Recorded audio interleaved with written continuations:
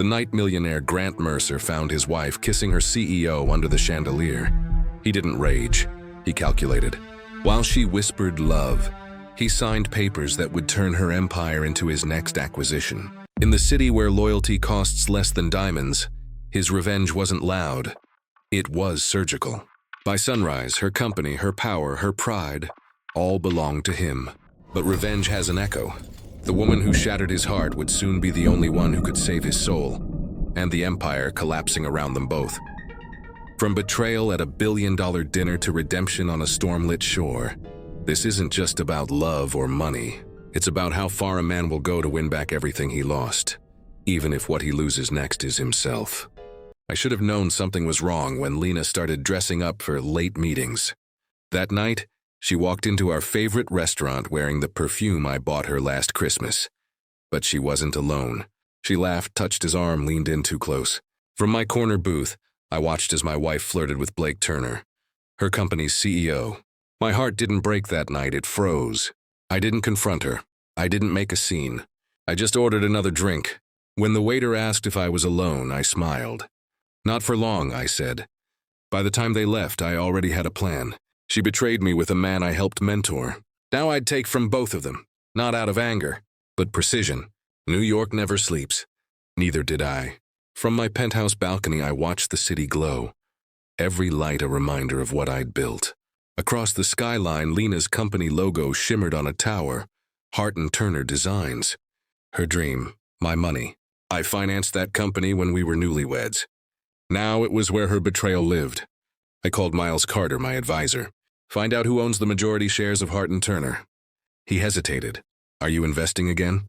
No, I said calmly. I'm taking it. He sighed. You're serious. Deadly. In business, power is never about rage. It's about control. That night, while Lena thought I was asleep, I was online, buying my way into her empire. She thought she owned her freedom. She didn't know I was about to own her world. Lena came home late again. This time I didn't even pretend to ask. You're still up? She said, hanging her coat. I'm always up, I replied. She smiled faintly. Rough day? Not as rough as yours will be, I thought, but said nothing. Instead, I poured her a glass of wine. To your success, I said. She raised it, confused. Thank you? She had no idea that at that very moment, I'd just secured 28% of her company's shares through a holding firm under Mercer Investments. By sunrise, whispers about a mystery investor would circle her boardroom. She kissed my cheek goodnight. I watched her walk away, heels echoing on marble. If betrayal was a game, I wasn't playing checkers. I was rewriting the rules. Revenge didn't feel dramatic, it felt methodical. Every morning I reviewed progress reports. Every night I listened to her phone calls, pretending to be asleep beside her. She talked to Blake like a woman who'd forgotten who stood beside her when she was nobody. Miles, I said during one late-night call, make it clean, no noise. He replied, you'll own it quietly within a week. Good, I said. I don't want her humiliated, I want her shocked. By the end of the week, Mercer Investments held 34% ownership of Hart & Turner Designs. While Lena played power in the press, I played silence in the shadows. They were building an empire on lies. I was buying it, one share at a time. Her assistant called that afternoon. Mrs. Hart would like you to attend the company's quarterly dinner. I chuckled. Of course she does. The night of the event, I arrived in a black suit. Quiet power. The ballroom glowed gold, her company logo behind the stage. Lena wore red, bold, radiant, dangerous. When she saw me, she froze. Didn't think you'd come, she said. I wouldn't miss seeing what my money built, I replied. Across the room, Blake Turner smirked. He didn't know I was already his boss. By midnight, the merger papers would be filed. By morning, the company would answer to me. She thought I came for dinner. I came to feed on her illusion of control. Friday's headline read, Mercer Holdings acquires controlling stake in Hart & Turner Designs. Lena stormed into my office, shaking. Did you know about this? I pretended to read the paper. Vaguely. You just bought my company. Our company, I corrected. Her voice cracked. Why, Grant? I met her eyes, calm. Because you forgot who made it possible. She stormed out, slamming the door. I leaned back in my chair, exhaling. Miles texted, you own 51%, congratulations. I replied, not yet, I want everything. When Lena got home that night, she didn't speak to me. I didn't expect her to, because I'd already taken the only thing she valued more than love, her pride. 2 weeks later, the boardroom was full. Executives, investors, Blake Turner. They were all waiting for the mysterious new partner. Lena looked proud, oblivious. "This new investor will take us global," she said. When I entered, her jaw dropped. Blake's smirk vanished. "Mr. Mercer," the chairman said, "we're honored to welcome you as majority owner." "Thank you," I said. Then I looked at Blake. "We'll discuss your performance later." Lena whispered, "You can't do this." I smiled. I already did. For a moment, the room went silent. Every dream she'd built collapsed in that single breath. Power doesn't need revenge. It just needs timing. That night, Lena didn't come home. Her silence didn't sting. It confirmed everything. Miles called. "You finally did it." "Yeah," I said, "and it feels empty." He laughed. "Revenge always does." I sat on the balcony, watching the lights shimmer across the city. The same skyline that had witnessed our rise and fall. Lena's office was dark. For the first time, I wondered if I'd gone too far. Maybe I hadn't bought her company out of anger. Maybe I'd bought it because I didn't know how else to let go. By Monday, every business outlet was talking. Mercer acquires Hart and Turner. CEO resigns amid personal turmoil. Blake resigned the next day, his reputation in ashes. When Lena came home, she didn't yell. She just stood there. "Why?" she whispered. "Because you built a company on lies," I said. "I just bought the truth." She stared at me, eyes full of tears and fury. "You ruined me." "No," I said quietly, "you ruined us." She left again that night, and for the first time, I didn't stop her. Because what was left to say? The war was over. But neither of us had won. Weeks later, she came back. Not in anger, in surrender. "I want to buy back my company," she said. I looked up from my desk. "With what money?" She swallowed. "I'll work for it. I'll earn it back." I studied her face. The same woman who had once been my everything, now asking for mercy she never gave. "What makes you think I'd say yes?" I asked. She met my eyes. "Because somewhere in there you still care." I sighed. "You start Monday, but you're not getting special treatment." She smiled faintly. "Wouldn't dream of it." And just like that, the woman who broke my heart walked back into my empire. But this time, I wasn't her husband. I was her boss. Chapter 11. The Decision. I stared at Lena across the desk, the woman who once shared my bed, now standing in my office like an employee. "You'll report to me directly," I said. She nodded. "Fine. Don't expect trust. I'm not asking for it." For a second, our eyes met, and everything we'd buried flickered. The laughter, the fights, the long nights dreaming of success. She walked out without another word, leaving the faint scent of her perfume behind, the one I still remembered too well. Miles stepped in after she left. "Was that smart?" he asked. "No," I said quietly, "but it feels necessary." For the first time in months, the war between us had rules, and every rule made it harder to remember which side I was really on. The first day back, Lena walked into the boardroom like she owned it. Whispers followed her. Some pity, some judgment, some curiosity. She ignored them all. I sat at the head of the table, pretending not to notice her confidence. But I did. Every move, every glance.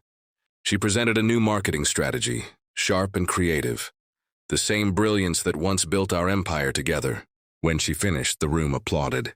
I stayed silent. After the meeting, she leaned close and said softly, "You don't have to like me, Grant, just don't underestimate me." I looked at her, half smiling. I wouldn't dare. She left, heels clicking against the floor, steady, unbroken. And for the first time since all this began, I remembered what it felt like to admire her. It didn't take long for the gossip to start. Whispers about late nights, boardroom glances. The exes are at it again. Miles mentioned it one morning. "People think you two are rekindling something." I frowned. People always think too much. That night she stayed late finishing a report. I walked past her office. She was tired, her head resting against her hand. "You should go home," I said from the doorway. She smiled faintly. "You first." Something in her tone made me pause. I wanted to walk away. I didn't. "Lena," I said softly. She looked up. "Don't let them get to you." Her smile faded. "They can't hurt me, Grant. You already did that." Her words landed heavy. I walked out, but her voice followed me all night. It's strange how time rewrites pain into memory. One weekend I found myself driving through Brooklyn, past the small cafe where we used to dream when money was tight and love was enough. I parked and went inside. Same brick walls, same cheap coffee, same table by the window. We used to sit there for hours, her sketching designs on napkins, me planning ways to fund them. As I was lost in thought, I heard her voice. "I thought you might be here." I looked up. Lena stood by the door, smiling softly. "How'd you know?" "You always came here when you were thinking." We sat down. No anger, no bitterness, just two ghosts sharing coffee. "Do you miss it?" she asked. "Sometimes," I admitted. She nodded. "Me too."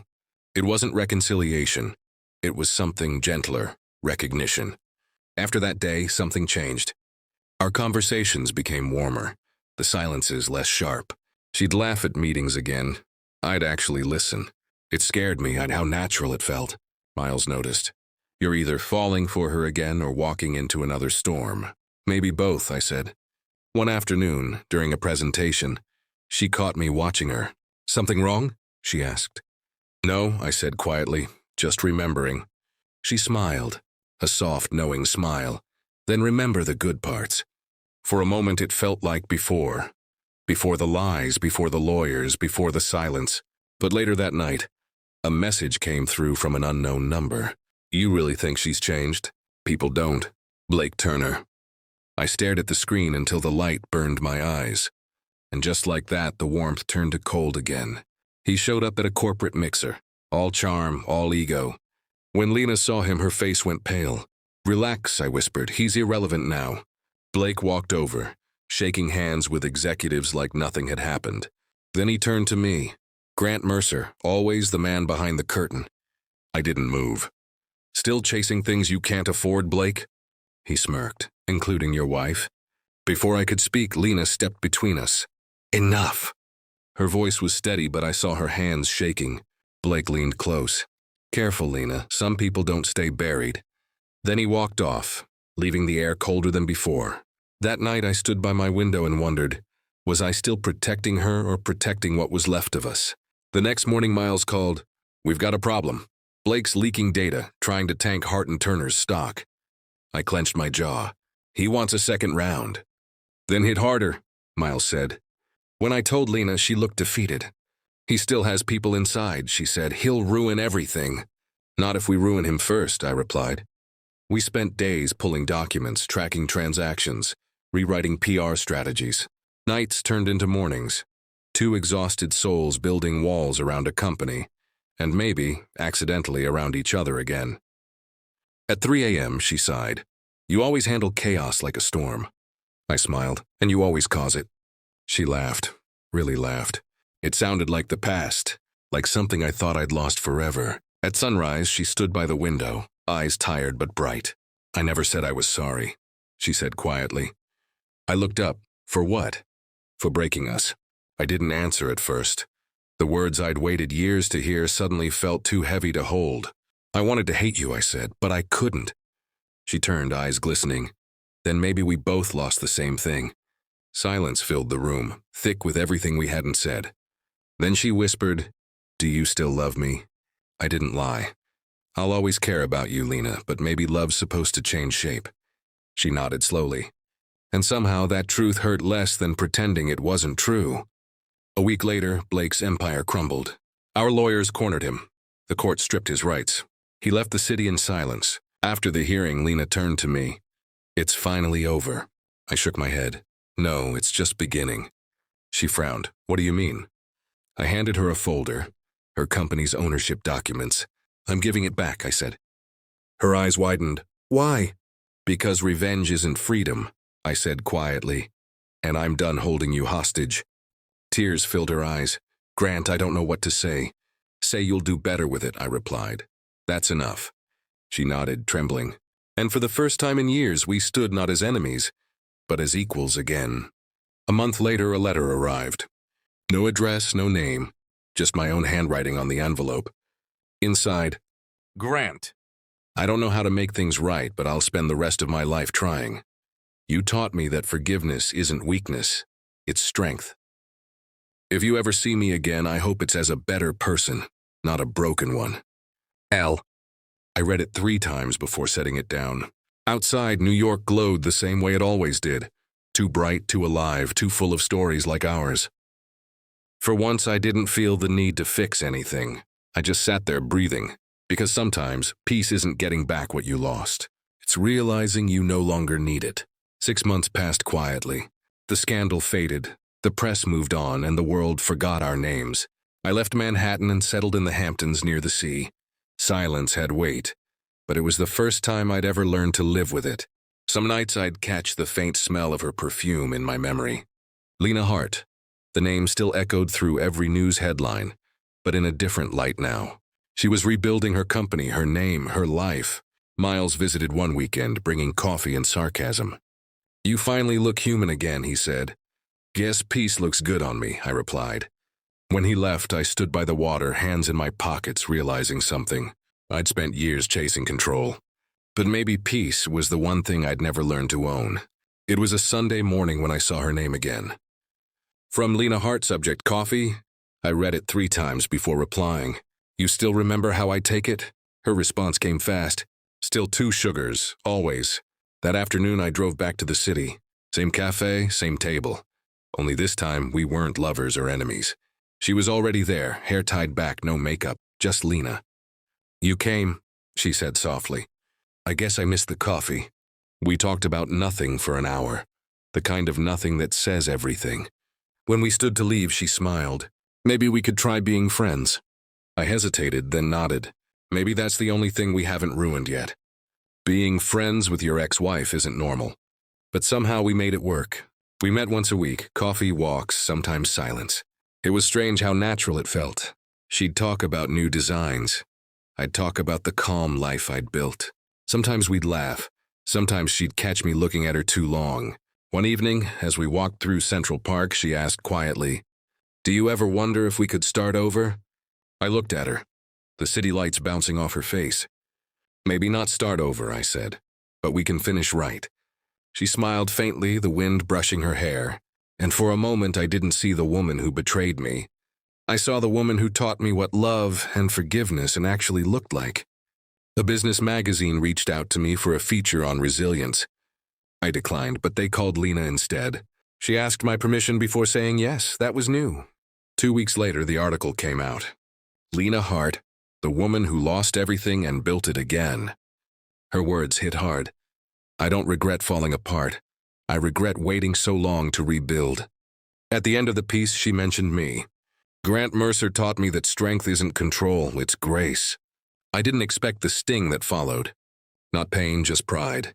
That night, I sent her a message. "Beautiful article." She replied, "Thank you for being part of it, even the hard parts." The invitation came in a gold envelope. Marcel Foundation Winter Gala. RSVP requested. A handwritten note below. "It wouldn't feel right without you there. Lena." I almost didn't go, but curiosity and/or something else made me show up anyway. The ballroom glittered with chandeliers and whispers. When she stepped on stage, all eyes followed her. Lena was radiant, confident, kind, alive. After her speech, she found me by the bar. "I wasn't sure you'd come," she said. "Neither was I replied. She smiled. "You look good, Grant." I smiled back. "So do you, Lena." The music changed, a slow song. She offered her hand. "One dance?" For once, I didn't overthink it. I just took her hand. The dance was slow. Old jazz, soft lights, and too many memories. "People are staring," I murmured. "Let them," she said. "We've been headlines before." We moved in silence, swaying between what was and what would never be again. Her eyes met mine, not in longing, but understanding. When the music ended, she whispered, "Maybe this time we can forgive without forgetting." I nodded. "That's the only kind that lasts." We stepped apart. No kiss, no drama, just quiet peace. Later outside, she looked up at the skyline. "You know," she said, "it's strange how the city looks different when you stop fighting it." I smiled. "Or when you stop fighting yourself." She laughed softly, and for a heartbeat, I swear the world stopped. Just when peace felt possible, chaos knocked again. Miles called one morning. "Grant, we've got trouble. A rival investor's trying to stage a hostile takeover." The name made my stomach turn. Trent Lawson. He was ruthless, smart, and hungry. I met with Lena that afternoon. She looked worried. Trent's been circling for months, she said. He's after my foundation now. I sighed. Then we'll stop him. She frowned. We? Yes, Lena, we. And just like that, we were back in the trenches. Planning, strategizing, arguing, laughing. Except this time there was no revenge. Just two people fighting for something bigger than their pride. The night before the deadline, we worked until sunrise. Coffee cups, spreadsheets, exhaustion, but also something familiar, teamwork. At one point, Lena leaned back and said, "You know, we were always better at this part." What part? The building, not the loving. I laughed quietly. Guess we weren't built for quiet lives. She smiled, eyes tired but soft. I'm glad you came back, she said. I didn't answer, I just looked at her. Because the truth was, I didn't come back for business. I came back for peace, and somehow she was part of it. By morning we'd done it. Trent Lawson's buyout failed. The press hailed Lena as a genius, a survivor, the face of resilience. During the press conference, she said something that caught my breath. This company was saved not by power, but by partnership, by forgiveness. When the cameras turned off, she walked over. Thank you, she said. I smiled. For what? For not walking away when you could have. I chuckled. Seems I've made a habit of that. She grinned. Don't stop now. A month later, we took a weekend away. Not as lovers, not as business partners, just survivors. The beach was quiet. The air smelled of salt and calm. We sat watching the tide roll in. Do you ever think about the first time we met? She asked. All the time. She smiled. You were arrogant. And you were impossible. We both laughed. Then she turned serious. You think we'll ever stop circling each other? I shook my head. Some people just orbit, that's their thing. She looked at me, her hair blowing in the wind. Then I guess we'll just keep orbiting. And in that moment, the sunset hit the water, soft gold against quiet waves, and I realized something. Some love stories don't need forever. They just need peace. 3 years had passed. The city had changed, but so had I. I now ran a quiet investment firm out of Boston, far from the noise that used to define me. Peace didn't come easy, but it stayed. One morning, while waiting at the airport, a magazine caught my eye. On the cover, Lena Hart, CEO of Hart Design Group. She was older now, sharper, radiant. Her quote in bold letters read, "Sometimes you have to lose everything to learn what truly matters." I couldn't stop staring. When the attendant called for boarding, I heard myself ask, "Any flights to Miami?" Because that's where the summit was, and that's where she'd be. The Miami air was thick with ocean salt and noise, music, laughter, and ambition. I hadn't planned to attend the summit, but fate has its sense of humor. Her keynote speech filled the ballroom.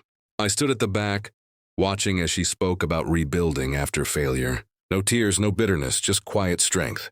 When she stepped off stage, she noticed me instantly. Her lips parted, not in shock, but in something softer. "Grant Mercer," she said, smiling faintly. "I should have known you'd show up when I least expect it." "Some habits don't die easy," I replied. We talked like no time had passed. The same rhythm, the same ease. And for the first time in years, I realized something. Maybe the past doesn't haunt you forever. Sometimes it just waits for you to catch up. That night, we had dinner by the marina. Candlelight, waves tapping the dock, quiet jazz floating in the air. "I didn't expect you to stay," she said. "I didn't expect to want to," I admitted. We talked about the years between us, the people we became, the things we let go of. "You seem happy," she said. "I learned that peace is better than victory," I replied. She smiled softly. "I'm proud of you, Grant."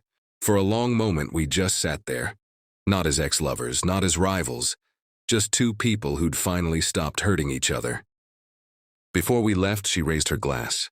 "To new chapters," she said. "To old ones that taught us how to write them," I replied. The ocean shimmered gold behind her. Felt like closure, but it also felt like something beginning again. The next morning, she called. "Come by my office," she said. "I have an idea." Her Miami office was bright and modern, filled with color and art. "This isn't business," she said, sliding a folder across the table. "It's a collaboration. Inside were designs, new products, a rebrand for her company. I want you on the advisory board," she said. "Not as a name, as a partner." I hesitated. "You sure that's smart?" She laughed. We're both too old to repeat mistakes. I smiled. You always had guts. And you always liked that about me. We shook hands and something electric passed between us. Not romance, not tension, just shared purpose. Maybe second chances don't always come wrapped in apologies. Sometimes they come disguised as work. Working with her again felt strange. The conference rooms, the meetings, the spark. It was like stepping into a familiar dream. She had changed, though. No arrogance, no edge, just calm authority. The kind that comes from surviving a storm and learning how to stand again. Our team worked well together. Too well. Miles called one afternoon, half joking. "Grant, tell me you're not falling for her again." I sighed. You can't fall again if you never really stopped. That night after everyone left, Lena walked into my office. "Remember when we couldn't agree on anything?" she asked. "Yeah," I said. "We were younger then." She smiled, and dumber. We both laughed, and it echoed like forgiveness. Enter Trent Lawson. He was young, hungry, and annoyingly charming. A new investor with too much confidence and too little loyalty. Lena liked his ideas. I didn't trust his smile. At a board meeting, he leaned a little too close to her. When she left, I said, "He's not what he seems." Trent smirked. "And you're still territorial, huh?" I stood, buttoning my jacket. "I protect what I build." He laughed. "You didn't build her." The room fell silent. Later, Lena confronted me. "You scared him off." I shrugged. "Good." She sighed. "Not everyone's out to hurt me." I looked at her. "But some still try." She didn't respond because she knew I wasn't wrong. A week later, Miles called. "Grant, that Lawson guy. He's been moving company funds around. Something's off." I confronted Lena, showing her the numbers. Her face went pale. "He's staging a fake loss. He wants control." We worked through the night, tracking every document, every wire, every lie. By morning, the truth was clear. Trent had tried to sink her company to buy it cheap. When she saw the evidence, she turned to me, whispering, "You saved me again." I shook my head. "You saved yourself. I just showed you the mirror." That day, she fired Trent in front of the entire board. Her voice didn't shake once. And when she walked out of that room, I realized something. The woman I once loved didn't need my protection anymore. She'd found her own. The story hit the news. Lena Hart exposes corporate fraud. Emerges stronger than ever. The photos showed her poised and powerful, shaking hands, smiling for cameras. She called later that night. "You were right about him," she said. "I usually am," I joked. Silence, then softly. "Thank you, Grant, not for saving me, for believing I could save myself." I smiled. That's what partners do. We didn't talk about the past anymore. We didn't need to. The next morning, a journalist called it the comeback of the decade. But for us, it wasn't a comeback. It was closure, just written in headlines this time. A few months later, I got a call from Miles. "Grant, it's Lena. She collapsed during a meeting." My heart stopped. When I reached the hospital, she was sitting up, pale but smiling. "Just exhaustion," she said. "Apparently, running an empire and fixing your soul takes energy." I sat beside her, quiet. "You look scared," she teased. "I am," I admitted. Her hand brushed mine. "You don't have to worry about me anymore." I squeezed her hand gently. "Maybe I want to." She smiled softly. "You used to worry about winning. Now you just worry about people. I like this version of you." And for once, I didn't look away. A month later, I convinced her to take a break. We drove upstate to a lake cabin. Quiet, simple, no boardrooms or deadlines. She slept most of the first day. The second, we walked by the water, coffee cups in hand. "Do you ever think about what might have been?" she asked. "Sometimes," I said. "But I think we became who we needed to be." She smiled. "Maybe love doesn't always end, it just changes." "Maybe that's how it survives," I replied. As the sun dipped low, she leaned on my shoulder. Not out of romance, but peace. And I realized something I never understood before. Forgiveness isn't forgetting. It's remembering without pain. The lake was calm that morning, sunlight glinting across the water. Lena sat on the porch, wrapped in a blanket, sipping coffee. For a while, I just watched her. No makeup, no pretense, just her. "Peaceful, isn't it?" I said. She smiled faintly. "Feels strange to not be fighting for something." I sat beside her. Maybe we were never fighting each other, just ourselves. She looked at me, eyes soft. "Do you ever regret anything?"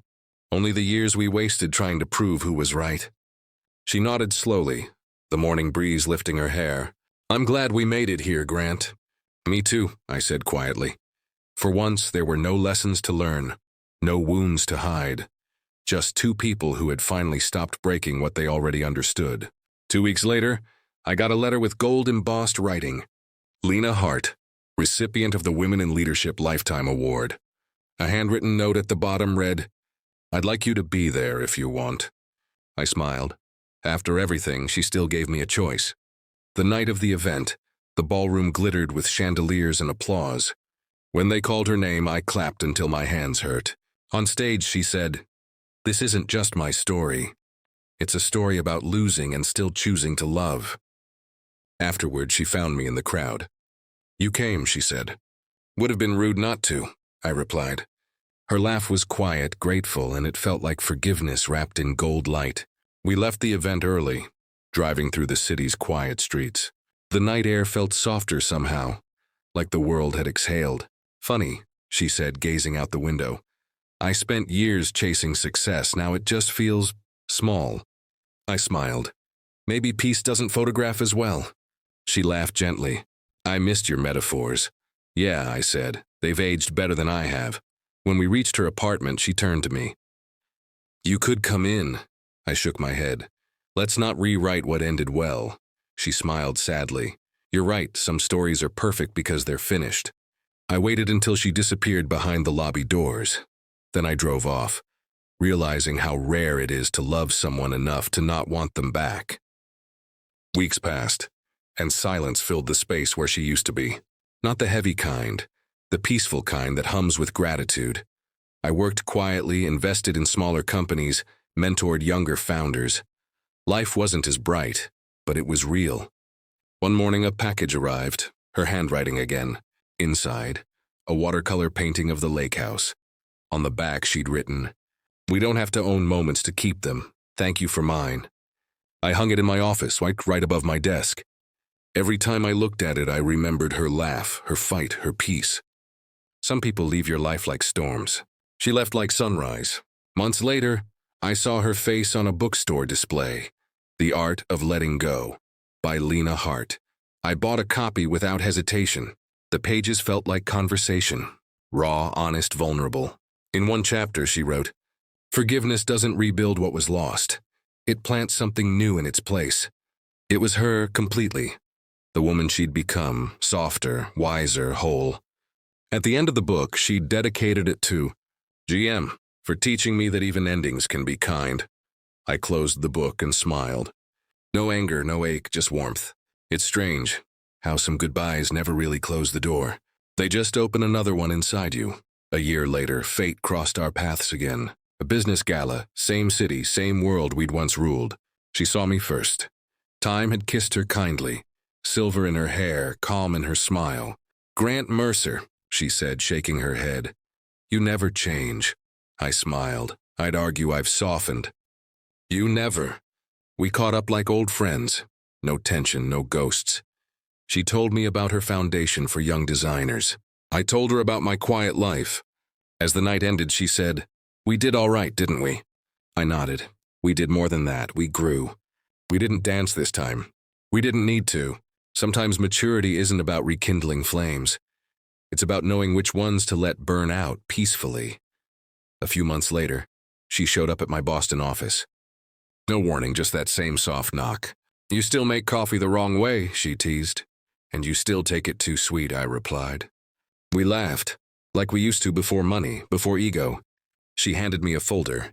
"I'm launching a mentorship program for women in small towns, real talent, no spotlight." I flipped through the pages. "You're changing lives." She smiled. "Maybe now I'm finally using mine right." Before she left, she said, "You've always been part of my best chapters." "And you've always been my favorite plot twist," I replied. She smiled one last time before walking out. It didn't feel like goodbye. It felt like gratitude in motion. The launch day felt like déjà vu. Same lights, same press, but a completely different Lena. She stood on stage, elegant, graceful. No trace of the woman who once fought for control. "This foundation isn't about power," she said. "It's about purpose." When it was my turn to speak, I said, "Forgiveness isn't forgetting. It's learning to live better because of what you remember. The crowd applauded, but all I saw was her smile. Afterwards, she whispered, "I couldn't have done this without you." "Yes, you could have," I said softly, "but I'm glad you didn't have to." We didn't stay long, but as I left, I felt something settle in me.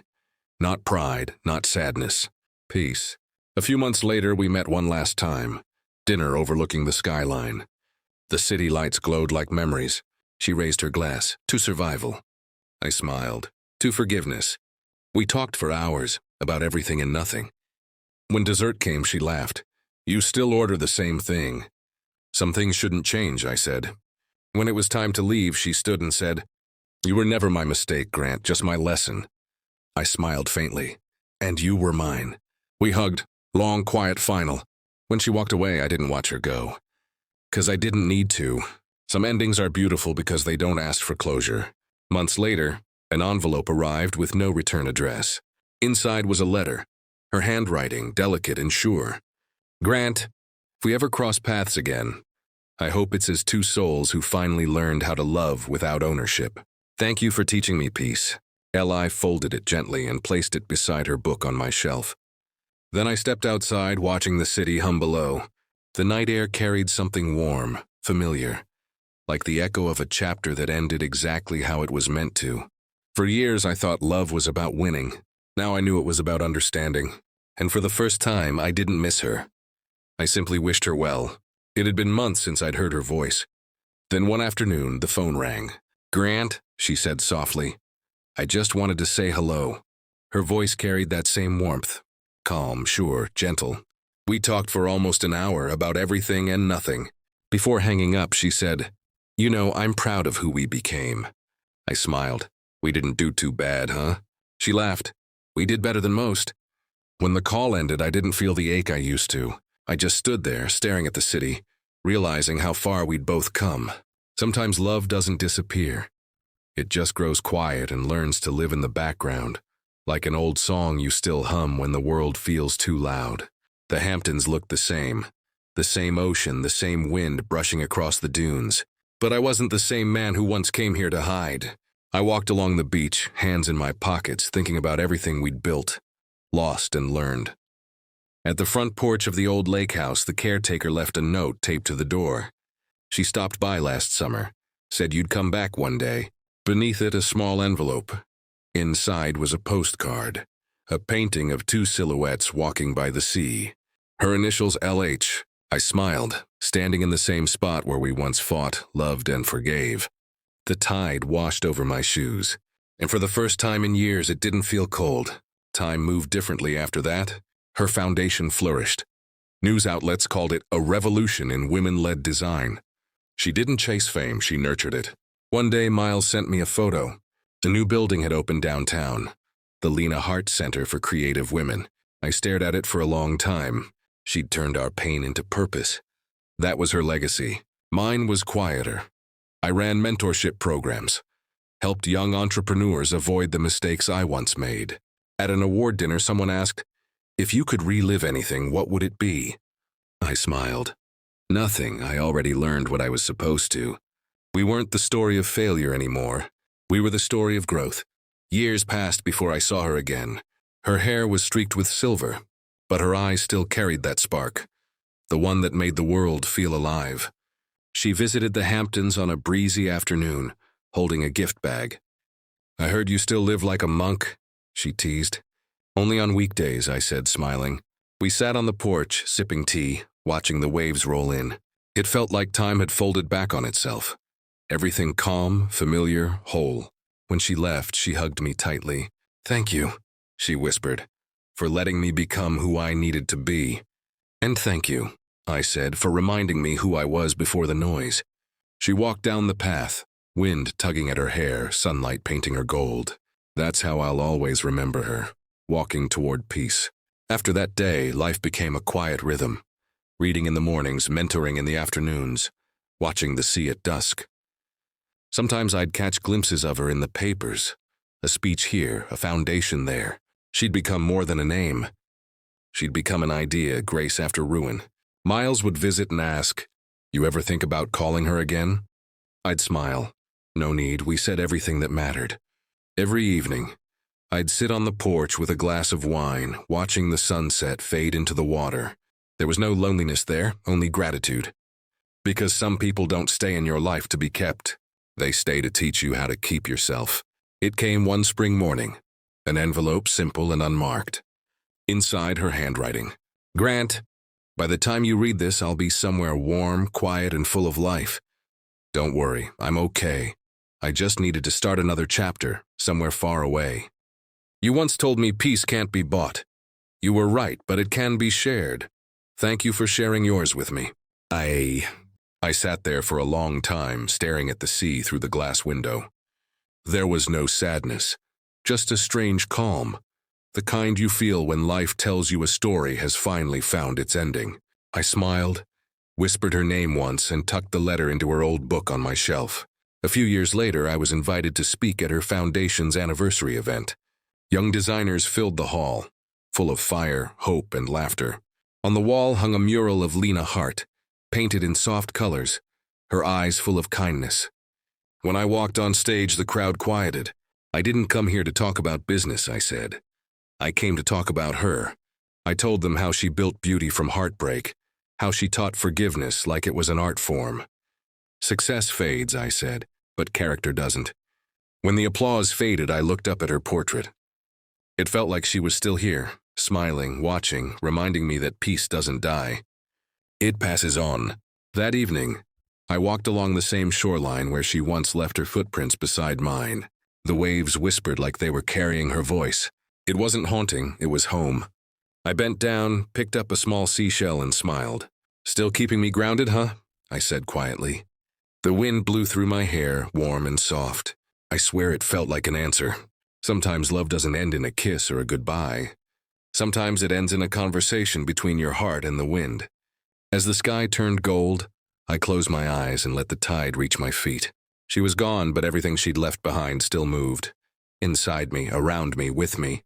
In my 70s, I began writing. Not for fame, not for readers, why, for myself. The title came easily.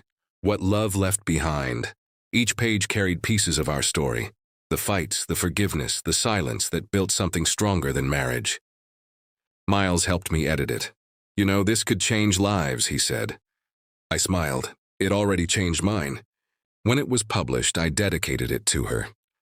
To Lena Hart, the heartbeat of every lesson I ever learned. Readers called it a love story. But it wasn't. It was a story about understanding. Because love, at its truest, isn't a feeling. It's what remains after the feeling changes. Years later, I sat on that same porch one last time. The ocean calm, the sunset endless. The world had moved on, but I stayed where peace lived. On the table beside me sat her postcard, her letter, and her book.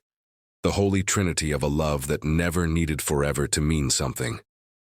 As the light faded, I whispered, "Thank you, Lena." The sky turned to amber, the waves slowed, and everything went still.